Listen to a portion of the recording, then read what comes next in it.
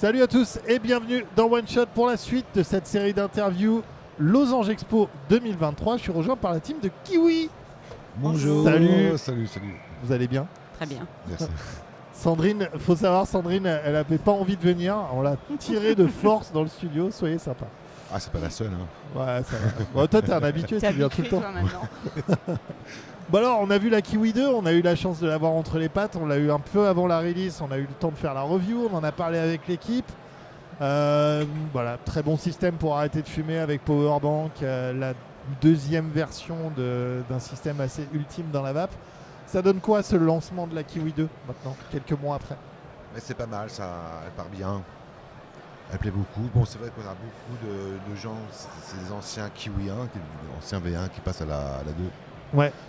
Et voilà, c'est bon, ça fait son petit chemin, on est content, ça avance. Ça a été un bon lancement? Ouais. T'es satisfaite, Sandrine? Ça va. On aurait pu faire mieux, mais ça va. Ok, d'accord. Ça va. Toujours faire mieux. Toujours faire mieux. Ouais, c'est honnête. Au niveau des retours des premiers utilisateurs, vous avez eu par rapport à la sécurité enfant, parce que c'était un peu la crainte que ce soit un peu compliqué à l'utilisation, tout ça? Pas eu de problème? Non, finalement, pas trop, non. Parce que, il faut dire, c'est ma version, elle était un peu plus complexe que celle qu'il y a maintenant. Non, toi tu as eu le proto. Ouais, j'ai eu un proto. Ouais. Voilà. Tu as eu le proto qui faisait 1, 2, 3, qui était un peu dur à tirer, celui-là est beaucoup plus simple. Ouais. Celui-là, c'est juste tu tires et puis ça, tu mets ton truc et tu le remets. Clac. Par contre, on a. Bon, ça fait 2 mois presque, un mois et demi déjà. Ouais. On n'a pratiquement aucun retour en saveur. Ok. Ouais. Donc fiabilité au top. De toute façon, la Kiwi, c'est déjà un modèle qui est bien établi dans la vape et ça fait plaisir de voir que la V2 est bien. Il y a une V3 en route, j'imagine. Il rigole. C'est bien. Ça veut dire que oui. Bon, on y pense, on y travaille. Bon, on n'est pas pressé à sortir la V2. Il y aura sûrement une V3 bientôt. Ouais. L'année prochaine, j'imagine. Non, je pense. Oh non, c'est trop tôt. Ah ouais, 2 ans quoi. 2-3 ans, ouais. Ah ouais. On a mis 1 an quand même pour cette-ci. Ouais, je sais, c'est à peu près une par an, une tous les 2 ans. Non, je sais pas. Bon, la première elle est sortie en fin 2019, on sort la V2 en 2023. Ouais. Testé, en plus Mathias est quand même assez pointilleux sur des choses, il est jamais content, il revient en arrière. Il y a des brevets déposés, il y a pas mal de choses, ça demande du boulot. J'imagine bien, c'est un travail assez long quoi. Assez long. Et en Italie, alors parce que la Kiwi en Italie c'est incontournable, évidemment, c'est presque l'intégralité du marché de la vape. Comment la Kiwi 2 a été reçue? Ça a été le rush comme l'iPhone? C'est le rush. Ouais. C'était le rush, son rupture de stock. Le marché est beaucoup plus important qu'en France, ils ont une clientèle qui est établie depuis 3 ans. Et c'est vrai que c'était le rush. Première journée, je crois qu'ils sont fait c'était vraiment des milliers de ventes. Voilà. En France, c'est un peu plus gentil, puis on commence. C'est bon, en Italie, ça a été la ruée vers l'or. Ouais. On a eu des problèmes au dépôt pour livrer. Ah ouais. Ah oui. Ouais, j'imagine bien. Ouais. Si tu as tout le pays qui est sur la Kiwi, quand la Kiwi 2 est arrivée, ils ont fait c'est bon, je prends ça. Oui, en plus, tu as une grosse clientèle du V1 qui sont passés à la V2. Ouais, ok, il y a eu beaucoup de switch quoi. Vous avez les pods pré-remplis aussi qui sont sortis. Ça a été lancé en France, ça y est? En France, on a commencé à les lancer en même temps que la V2. Ouais. Quelques distributeurs ils l'ont dans le catalogue. En Italie, ça a été lancé aussi pendant la V2 et ça commence à bien partir. Ok, ça roule. Au niveau des saveurs, vous avez quoi dans le catalogue en termes de saveurs pré-remplies là, à l'heure actuelle? 7 saveurs. Des tabacs gourmands, fruités. On a 3 tabacs, on a 3 tabacs, 3 menthes, dont un tabac menthe, on a un blueberry. Et voilà, je crois.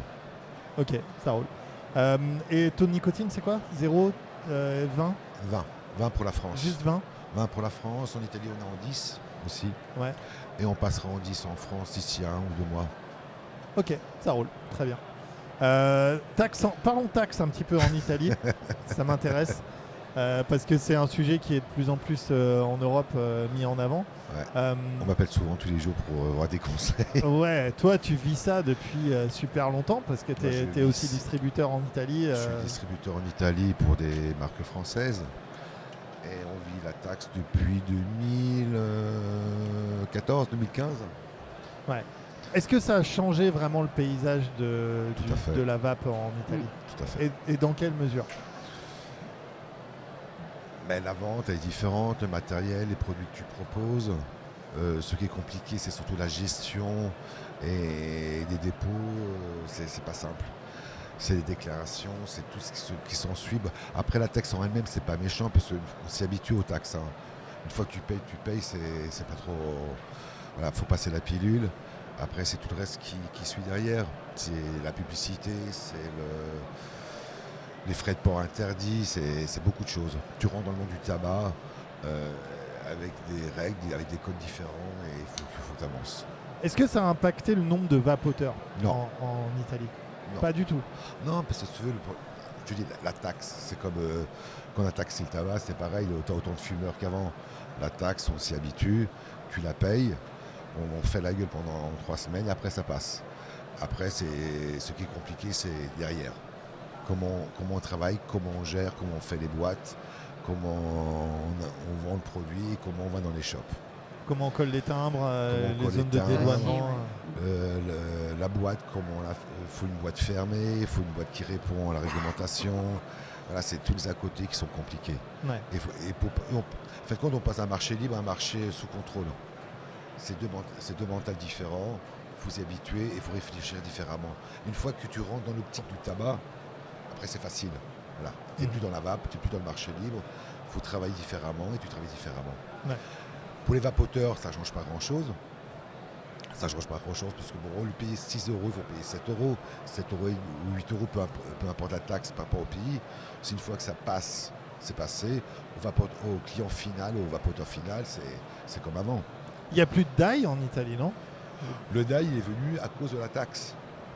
Ah oui, alors parce que maintenant vous avez des super longues files, quoi. Il y a juste les arômes, et voilà. Après tu mets tes boosters. Le DAI est sorti en Italie en 2014-2015, juste après la taxe. C'était une façon de permettre aux entreprises qui n'étaient pas prêtes pour vendre du DML sous contrôle, faire des produits moins chers, la concurrence. Bon, c'est pas le futur le DAI. Hein.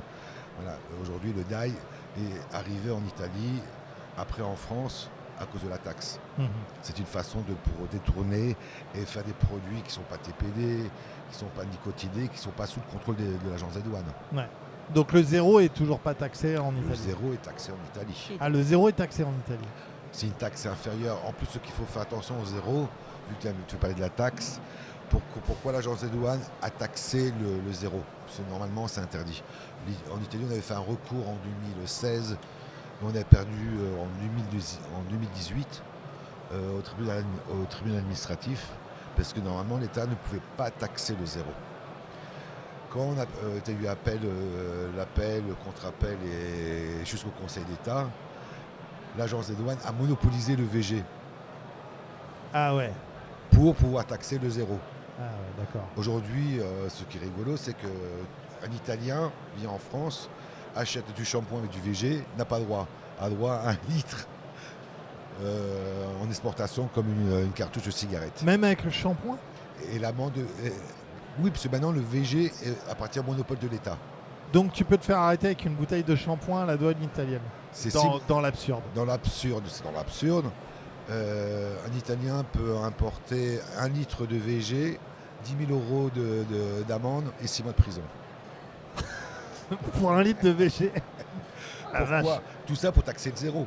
Ouais, bien Parce que sûr. légalement, on ne pouvait pas taxer le zéro. Ouais. Alors pour taxer le zéro, ils ont dû faire, pour éviter le recours, parce qu'on avait fait un procès en Italie contre la taxe sur le zéro. C'est pour ça qu'on avait fait les short fill en zéro avec les boosters. Ouais. C'était pour un peu détourner la vente qu'on a perdu. Et je me souviens, on était au salon de Rome au mois de novembre. Une annonce du speaker, on a perdu le recours, il faut payer la taxe, y compris le zéro. Alors, boum, tout le monde fait la tronche.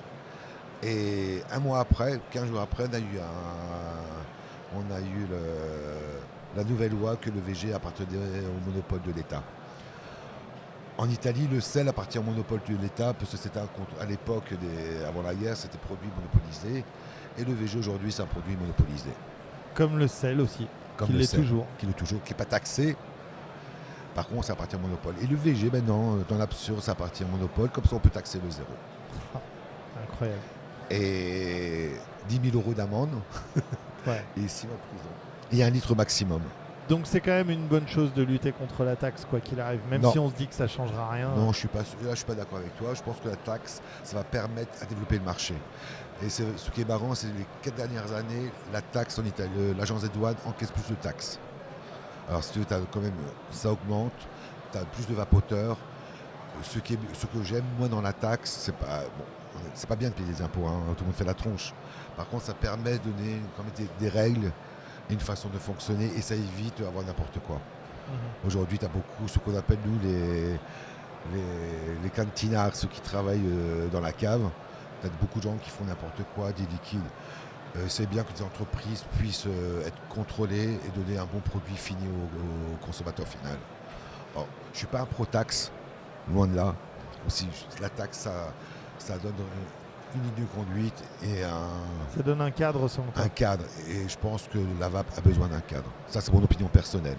D'accord. Non, mais toutes les opinions sont valables et il y a beaucoup de gens qui défendent ça aussi en se disant que finalement ça va réglementer et peut-être aussi donner quelque chose de positif au gouvernement pour qu'enfin on parle bien de la VAP aussi. Où je trouve que c'est dommage, c'est qu'aujourd'hui on a une équivalence de la taxe qui est absurde. C'est ils sont comparés, il y a en Italie, il y a en 2014 toujours, ils ont fait des tests. Et aujourd'hui on est sur un ml équivalent 5,6 de cigarettes. Ça dépend du taux de nicotine, non ? Non, parce que la taxe, elle ne se calcule pas en taux de nicotine, elle se calcule en puff, en bouffée. Ouais, mais du coup, tu peux pas faire une équivalence. Si, ils ont fait l'équivalence, parce que eux, c'est idiot, ça. Ceux qui sont faits, l'agence des douanes, ils ont pris des machines, c'est les mêmes machines qui sont utilisées dans le tabac, et calculent le nombre de bouffées. Et en fin de compte, ils ont pris 1 ml de vape, de liquide, ils l'ont mis dans la machine, une machine qui faisait des bouffées. Et ça équivalait à 1 gramme. 1 millilitre 6 bouffées. Non, le nombre de bouffées, je ne me souviens pas aussi, 1 millilitre, ça équivalait à 6 grammes de tabac. Pratiquement, une cigarette, c'est 1 gramme. D'accord, ok. Alors, ils sont calculés, se fait compte, le nombre de bouffées qui sont faites dans la vape, ils sont tombés sur une équivalence de 5,6. Ce qui est dommage à l'époque, c'est que les gens qui étaient présents à l'agence des douanes n'ont fait aucun recours. Parce qu'à l'époque, on était sous du matos, la fameuse 650, 350, le CE4, tu te souviens ? Ouais, ce que j'allais dire, 1 millilitre en nombre de bouffées, si tu es sur un Zeus à 200 watts. Oui, aujourd'hui, c'est ça le problème, c'est qu'à l'époque, on fait ça sur le matériel qu'il y avait à l'époque. Oui. Et on s'est trouvé complètement à côté, quoi. Ouais. Et c'est vrai qu'aujourd'hui, l'équivalence n'est pas bonne. C'est-à-dire, si 1 euro dans le tabac, ça équivaut à 5,60 € dans la vape. Ouais. Et là, c'est pas juste. Et là, c'est pas juste. Et c'est vrai qu'il y a une injustice dans l'équivalence. Ouais. Ce qui est dommage, c'est que l'agence des douanes italienne, même les Allemands ont pris la même équivalence. Tout le monde prend ça, parce que l'Italie, c'est comme un pays test de l'Europe.